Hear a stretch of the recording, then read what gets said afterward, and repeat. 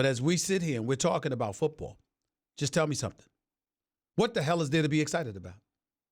I challenge anybody to tell me that. I challenge anybody out there in the National Football League to tell me why should Jets fans be excited? You know, I got a brother in L.A., high school buddy. His name is Jeff Brown. It's like a brother to me. I often tease him because my godchildren, Nicholas and Nicole, two of the most wonderful children in the world because him and his wife Nina have done such a phenomenal job as parents. I love those kids. I love them with all my heart. And I look at Jeff often and I say, how could you do this to them?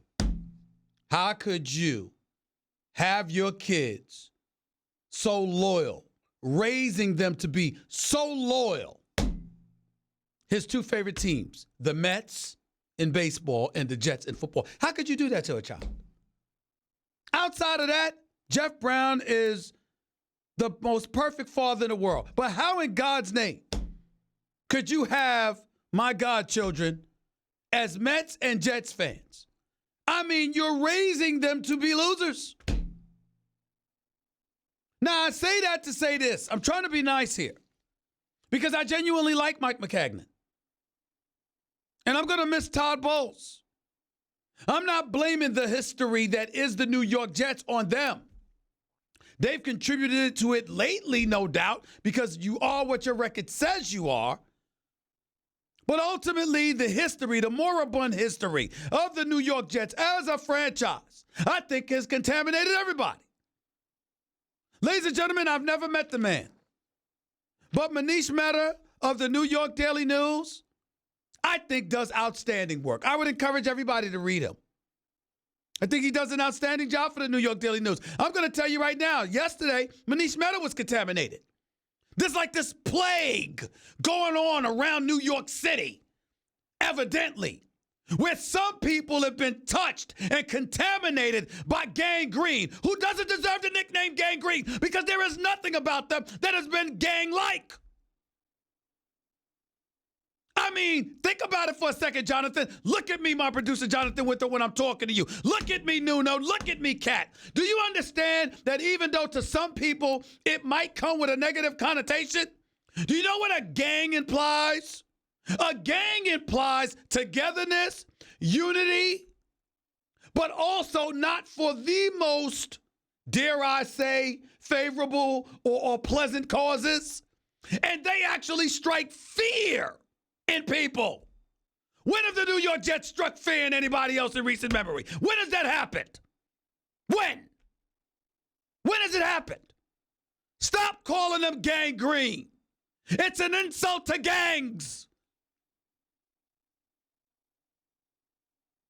It's an insult. They strike fear in people. They're formidable. You have a reason to be a bit reticent and have trepidation and apprehension about a gang. Stop calling them gangrene. What have they done? What have they done? I mean, I'm sitting here today, and it's Adam Gase as the new head coach for the New York Jets, and I'm sorry, I'm just not moved. I understand why he wears his hat so low, hiding his damn eyes. You know why? Because maybe you might not know who the hell he is. Because what has he done? Now, I am not saying that the man can't coach. He did coach the Dolphins to playoffs in his first season. They did go to 10-6. Now, they regressed and went 6-10 the following year. And in this past year, what were they, 7-9? This guy is supposed to be, John, correct me if I'm wrong, some quarterback whisperer and some innovative offensive mind. The last 2 years in Miami, they ranked 28th and 26th respectively in 17 and 18 in points, 25 and 31 in yards. Now, lo and behold, you listen to Adam Gase, and you know what he's saying, right? What you looking at me for? It's about injuries. It's about injuries. That's all it's about. It's about injuries. That's what he's saying. Frank Gore got injured. Albert Wilson got injured. Hakeem Grant got injured. Josh Sinton got injured. A.J. Derby got injured. I get it. Ryan Tannehill wasn't healthy the entire season. I get it. Adam Gase even made a case for himself, pointing out how they were 3-0 until the injuries happened. Last time I checked, injuries were a part of football. Last time I checked, it wasn't an excuse for anybody else. So I don't want to come across, and I want to be careful here, because I'm not trying to come across by saying Adam Gase can't coach. Adam Gase doesn't deserve a job. I'm trying to say it's New York. It's the Jets. New Yorkers have been starving for something to be hopeful about and enthused about for quite some time. When Rex Ryan first arrived on the scene, it was back-to-back AFC Championship games. When Bill Parcells arrived on the scene, it was a trip to the AFC Championship game. Outside of that, Herm Edwards took you to the playoffs a couple of times. But you knew they weren't going to do anything. If Vernie Testaverde doesn't go down, forcing my man Keyshawn Johnson to slam his hands on a podium, damn it, after telling the world he wanted the damn ball because he was looking forward to Testaverde getting him the ball, and then suddenly he gets hurt and the season's a wash, and Super Bowl aspirations go down the drain. I mean, last time I checked, injuries are always a part of it.